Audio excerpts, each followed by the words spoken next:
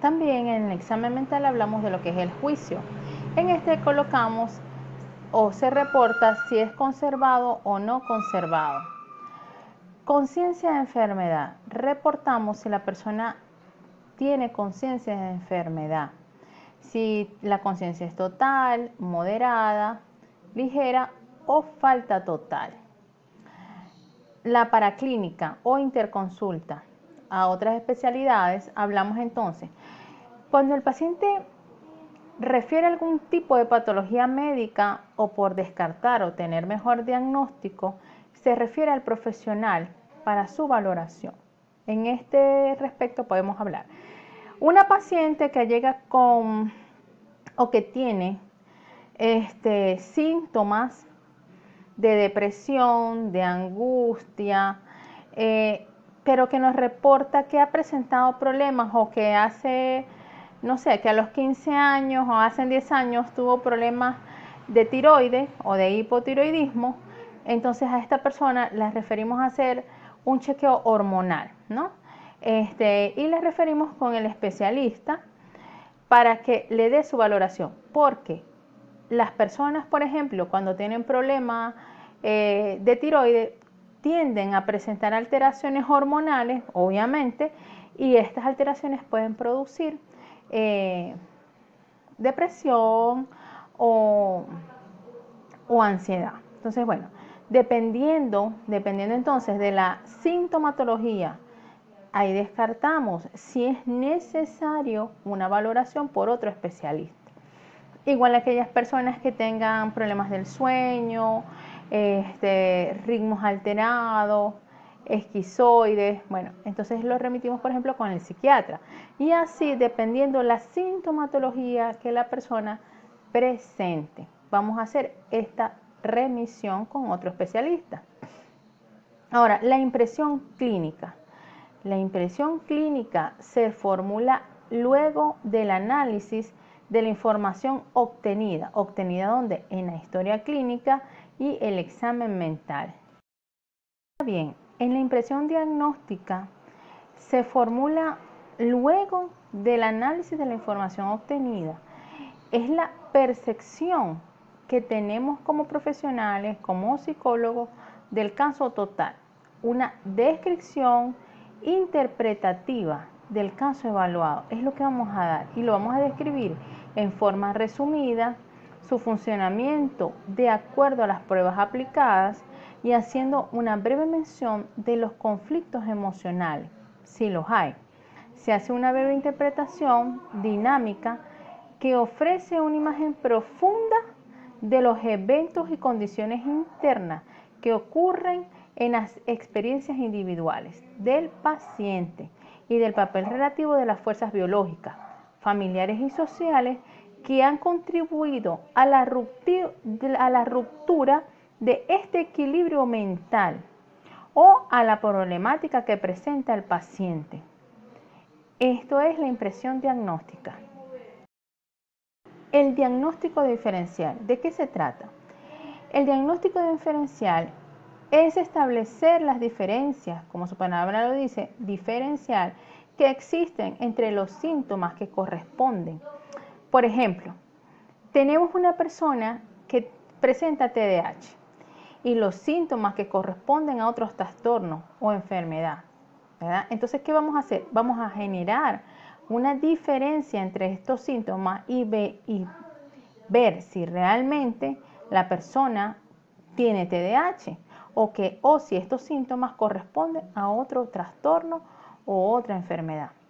En ocasiones, el diagnóstico diferencial también ayuda a diferenciar lo que es un trastorno o lo que no lo es.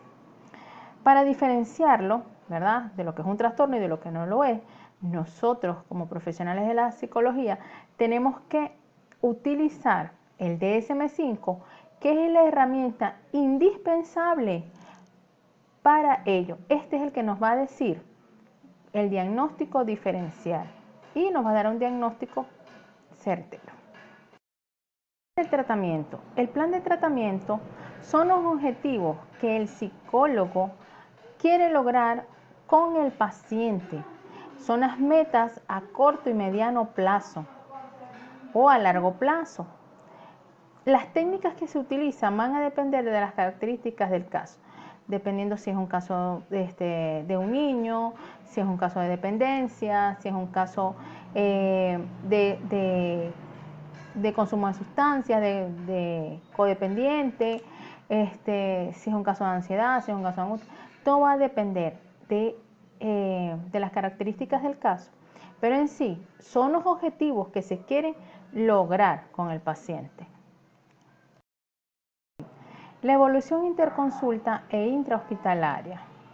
La interconsulta es el proceso de solicitud de evaluación o asesoramiento o intervención de un profesional a otro. ¿Qué quiere decir? Cuando nosotros hacemos una interconsulta en relación a un determinado paciente, las razones fundamentales son la necesidad de un diagnóstico u origen terapéutico. Cuando nosotros, por ejemplo, no tenemos muy claro el diagnóstico y aun cuando nos vamos al DSM-5, el diagnóstico diferencial, queremos profundizar porque puede ser un caso muy complejo y queremos una opinión de otro colega o una opinión de otro especialista, como por ejemplo de un psiquiatra, podemos apoyarnos bien, dependiendo del caso, y hacemos la interconsulta con la necesidad de poder dar un diagnóstico y una ayuda terapéutica eficiente.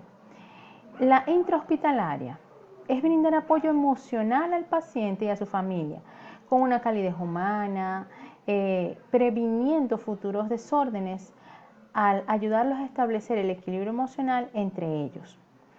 Es una ayuda para tomar decisiones acertadas en momentos de crisis. Cuando el psicólogo hospitalario se encuentra con pacientes terminales, es ese acompañamiento no solo al paciente de enfermedades terminales, sino a su familia. Entonces, es un apoyo en ese momento de crisis, hacer una intervención en crisis, pero también dar esa continuidad a esa familia. Claro, si la familia sí lo quiere. Pronóstico. El pronóstico significa que es el conocimiento anticipado de los cambios. Eso es pronóstico. Que evolución, desarrollo, curso y finalización de una enfermedad. Se llega a un pronóstico realizando un estudio exhaustivo del diagnóstico y del paciente.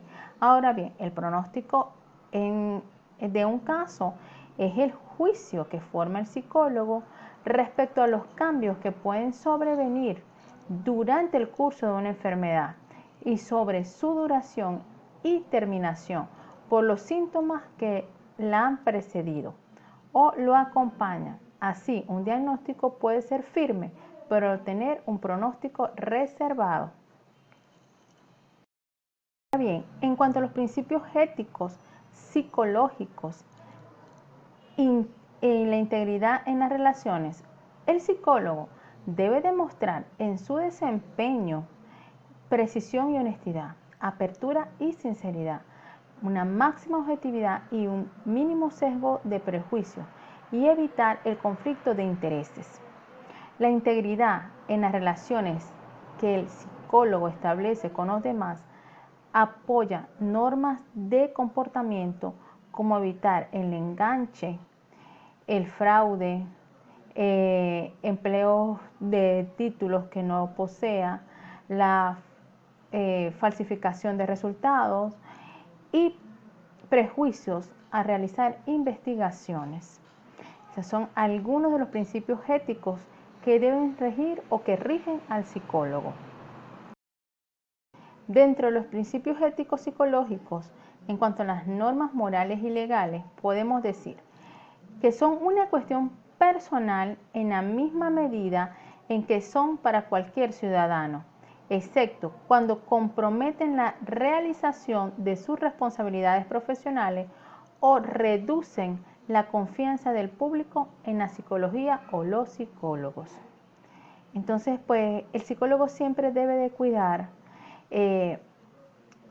la realización en cuanto a fraude o estafa o comprometer, ¿no? igual que en el caso de la historia clínica de un paciente, respetar siempre lo que es el derecho de la confidencialidad. Ahora bien, la historia clínica es un documento legal que puede ser usado en el momento que se necesite, si así lo solicitan organismos legales o gubernamentales por un caso. Entonces, pues el psicólogo debe ser siempre honesto y transparente y no hacer juicio. Siempre lo que en historia clínica recoge debe ser la historia veraz del paciente. Es fundamental tener esto presente. En conclusión, podemos decir que la historia clínica es el documento o el único documento válido desde el punto de vista clínico y legal, además de los datos clínicos que tengan relación con la situación actual del paciente, en este caso pues las evaluaciones psicológicas que se hayan realizado. Incorpora los datos de sus antecedentes personales y familiares, sus hábitos y todo aquello vinculado con su salud. Y como lo mencioné en cuanto a los exámenes mentales, nos permite de forma descriptiva hacer un registro de las observaciones y exploraciones presentes en el paciente.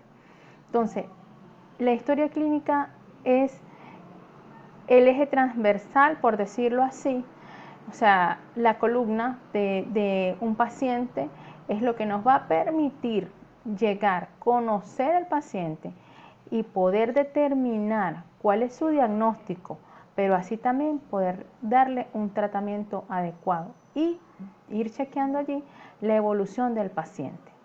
Entonces, este tema es muy importante y para nosotros los futuros psicólogos debemos de profundizar y de conocer cuáles son todas las partes y todos los componentes de la historia clínica. Muchas gracias.